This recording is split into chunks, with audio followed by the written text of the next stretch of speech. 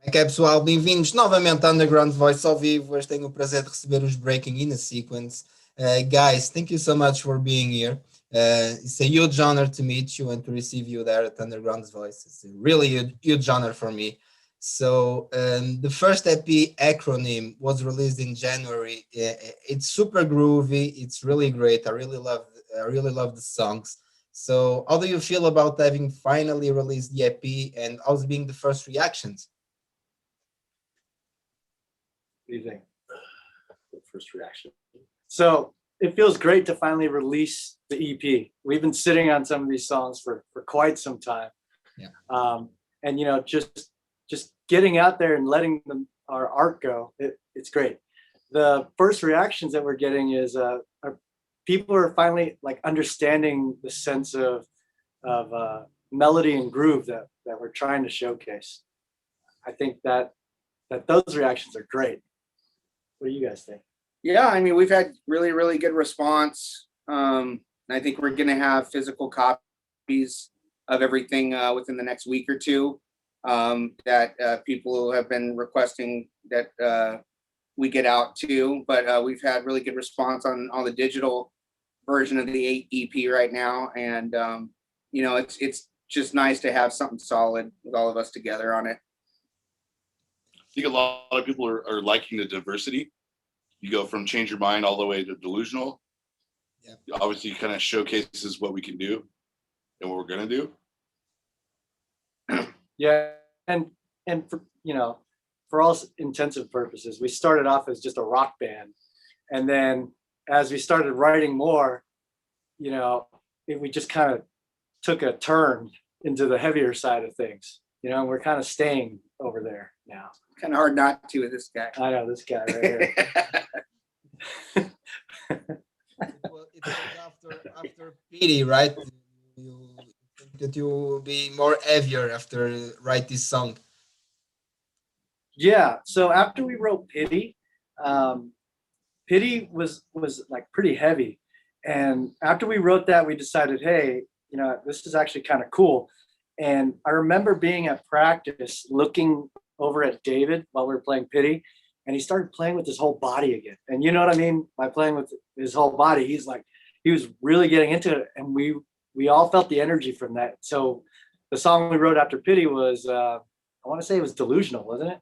Didn't we write Delusional after that, or was it Surprise and then Delusional? I think Surprise. Yeah. Oh, okay. Well, no matter which song we wrote after that, it just keeps getting heavier because we want to see more of his body moving and just that bounce.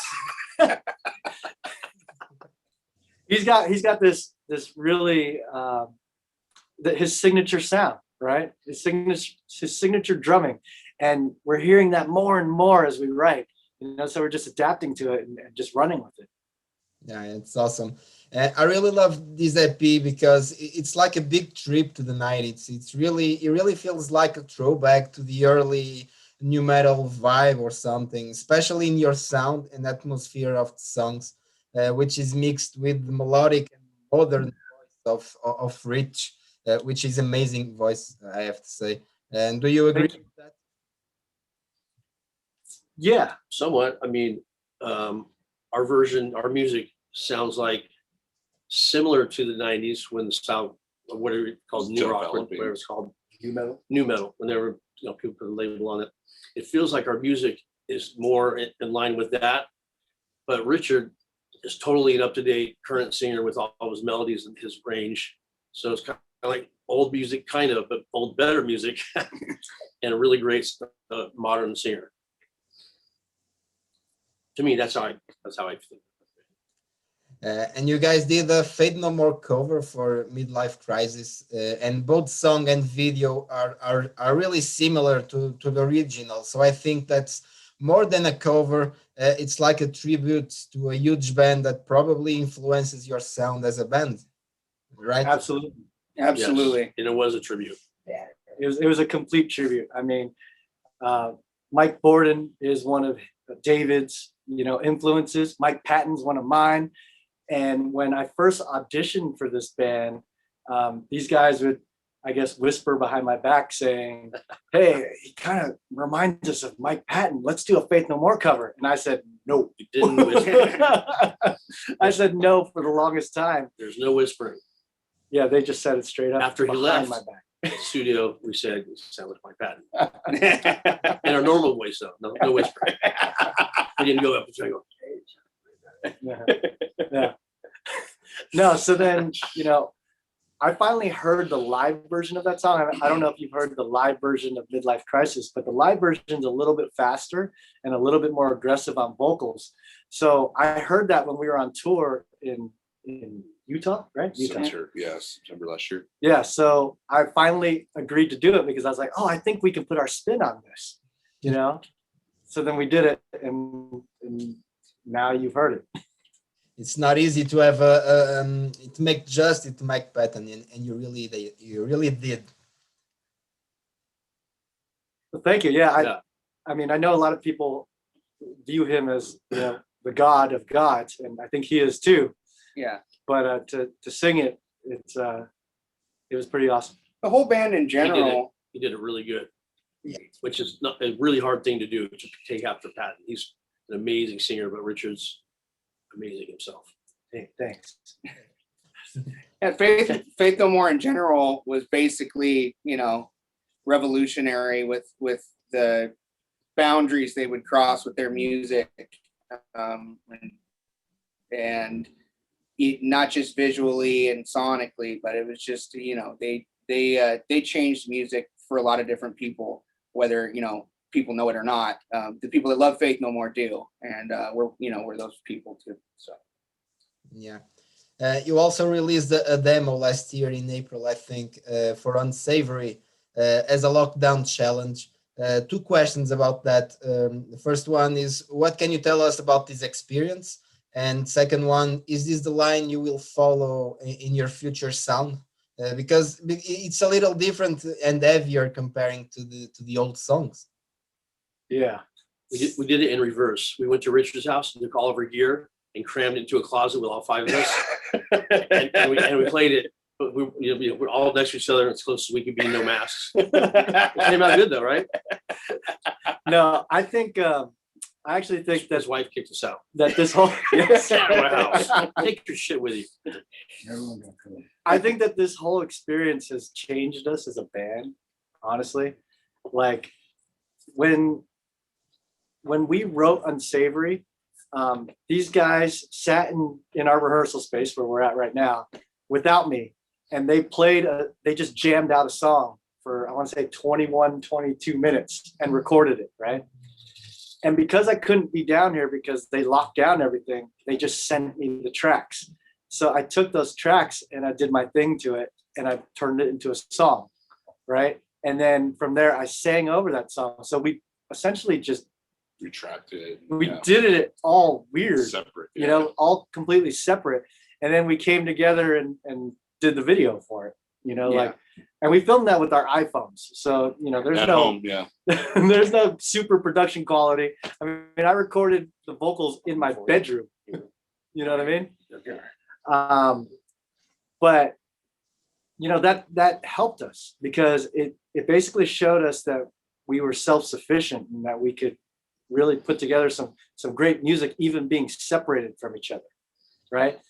And it's funny that you ask that if we're going to take that same direction, because I believe that song was the start of what we call internally phase 3 of our band, right? Phase 3 is our full stride, and most of our new material is like that. It's more experimental. It's not so cookie cutter like what you've heard in the past. And just to keep this in mind, the Acronym EP is a mixture between phase 1 songs and phase 2 songs.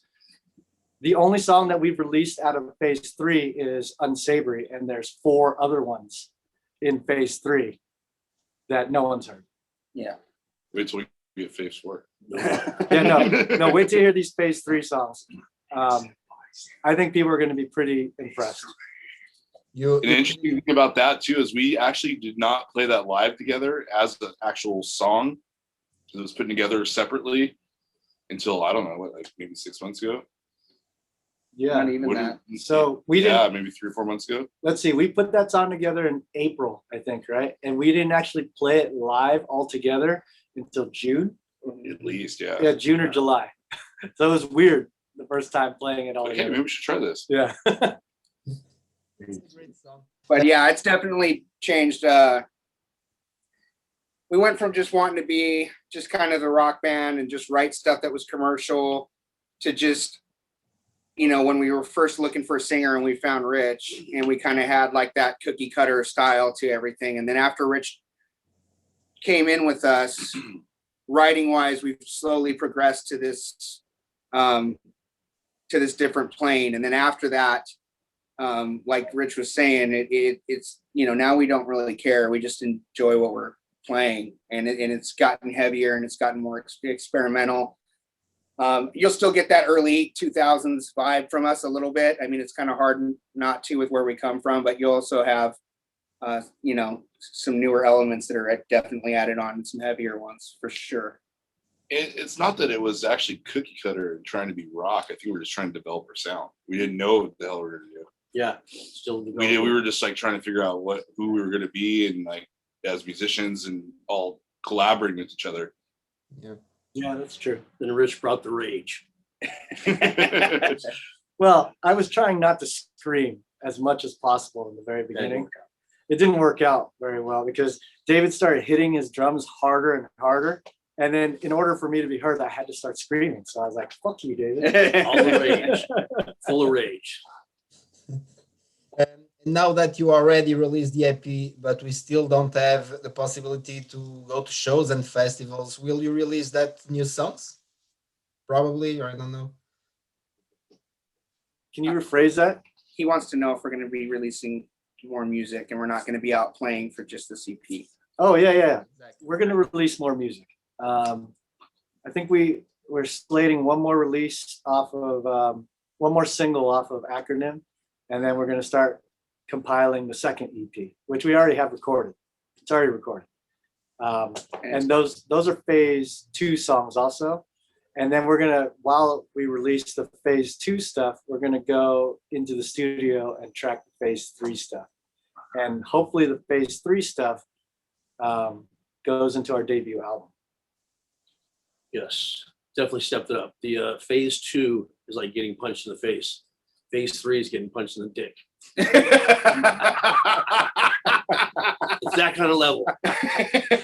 Damn, getting So punched basically in a the midget. dick sucks. Like, I'd rather get punched in the face than get punched in the dick. For sure. Yeah. Well, you already said a few times that you don't look at the band as work or business. You just like to jam and have fun together. So do you think that that's the main problem of the biggest bands? I mean, it's just business and numbers. We can see that in some bands. They look like machines having the same show every night, and they don't look to having fun, right? Well, I don't know if that's the problem with lots of big bands, but you have to put yourself in their shoes, right? Like, they have been playing these songs for maybe 20 years or whatever. It eventually someday will become a business, right? Yes. Because it's a machine, right? But I definitely think that in the beginning, you try to keep it as fun as possible so that fun factor stays, there when you get bigger. If we ever get bigger, I think we'll still have all that camaraderie that we still have now. But there will always be a business side that we're all going to have to be a part of because the band becomes a corporation and all that. But I don't see us ever letting the business side dominate how we feel together and how we play, and keep it separate. What's fucking art-wise? what are you trying to say? Yeah, I mean, if you want to do this and be somewhat successful and be able to play in front of people, which all musicians love to do, whenever we can play in front of people again, it's, you got to have a business side of it. I think it's really important to remember where your grassroots are coming from, no matter how big you get or how successful you are. It's if we lose the camaraderie, like we just had a little business side meeting right before we jumped on with you guys, and it's just it's us being bros and sitting down and figuring out what we need to do together to get to the next flavor. And I punched him in the dick. The phase 2 and 3 at the same time. No, I think communication is key, but also having fun. You know, having fun, and there's also a time when you need to get serious. At least for us, that's what works for us. I don't know how it works for everyone else, but I do got to say, just to circle back to your original question, I think that, you know, it does become a monotonous machine after a little while. So you have to find ways to still keep it fun. Yeah. And it's impossible to deny that everyone knows David because of his past with Korn. So does that make you reach more people? Like people probably think, oh, it's the new band of David Silveria. Let me see what he's doing. It happens. And I can't wait for it to stop. Yeah, I mean, it's not my band, it's all of us. All 5 guys have equal input. All 5 guys write songs. We do it all together. Yeah, we do it all together. I mean, it's going to be undeniable. I mean, just because of what David did with Korn, similar to like a band like Faith No More that we all love, whether David wants to admit it or not. It changed the face of music for a lot of different people, and it changed the face of music for rock and metal. So, you know, we're gonna get some of that always, because David, in his own right, had a huge part of changing the music industry, you know.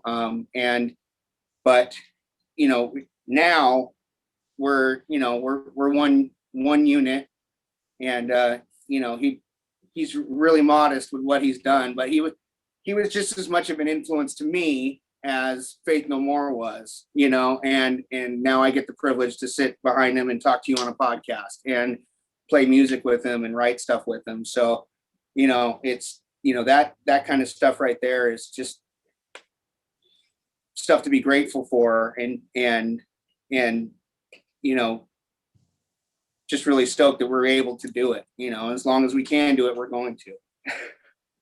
what was your original question? No, serious. Because did I answer the question? I don't know. Tell me your original question.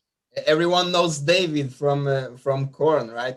So yeah. I don't know if that make you reach more people. Oh, I think yes and no. Yeah. I think yes and no. Yes, because the people who know David and his background will check it out.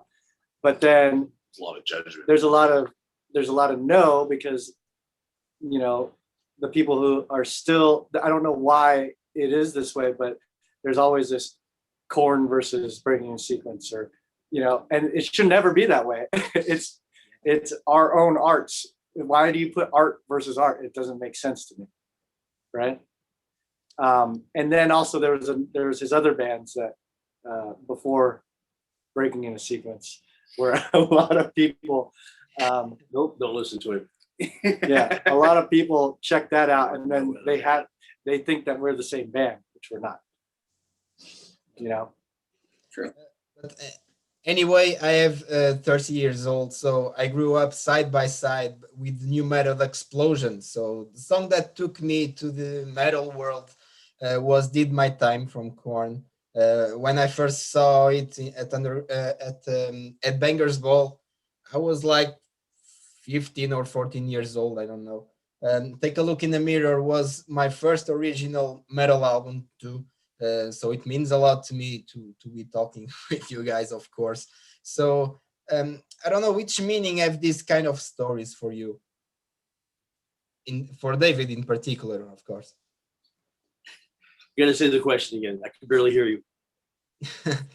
I was saying that I am 30 years old. So 30. I grew up with side by side with the new metal explosion. Um, my first metal music and my first metal album was "Did My Time" from Take a Look in the Mirror, which was also my first metal album. So you guide me to the metal world. So I don't know. Does have any meaning for you in particular? This kind of stories. Any meaning for me about Korn? Is there any meaning to you that that you brought him Into the into the metal? Yeah. Supposedly they invented new metal, the genre, from Korn. You did. Yeah. But You did. I mean, I think if you like Google new metal, I think Korn comes up as like they say the inventors and all that shit. Yeah, you guys. But we had our influences too before Korn came out. But I don't know. It doesn't really it's never like hit me that we invented a whole new genre of music. Because to me, we were just making songs and we were just writing what we wanted to write and what felt good. I mean, not one time were we in the studio going, "Hey, we're making a new genre right now. Let's do it." You know what I mean? And that never happened. So when people say it, Wait, maybe we should do it. when people say that we invented the whole new metal thing, I don't really know how to act. I mean, it's definitely a great thing to hear, makes you feel good, but I really don't know how to react to that. Just because I felt like it was five guys making music, not inventing a whole genre of music. But does his story mean something to you? Because I think he was like saying that you basically got him in the metal. You touched him, yeah. You touched him. That's it. Did by time? That That was a good song. Did you go back and listen to the earlier records? Yeah, I have almost with you. I have all the albums. Yeah, Which one's your favorite album? from Korn.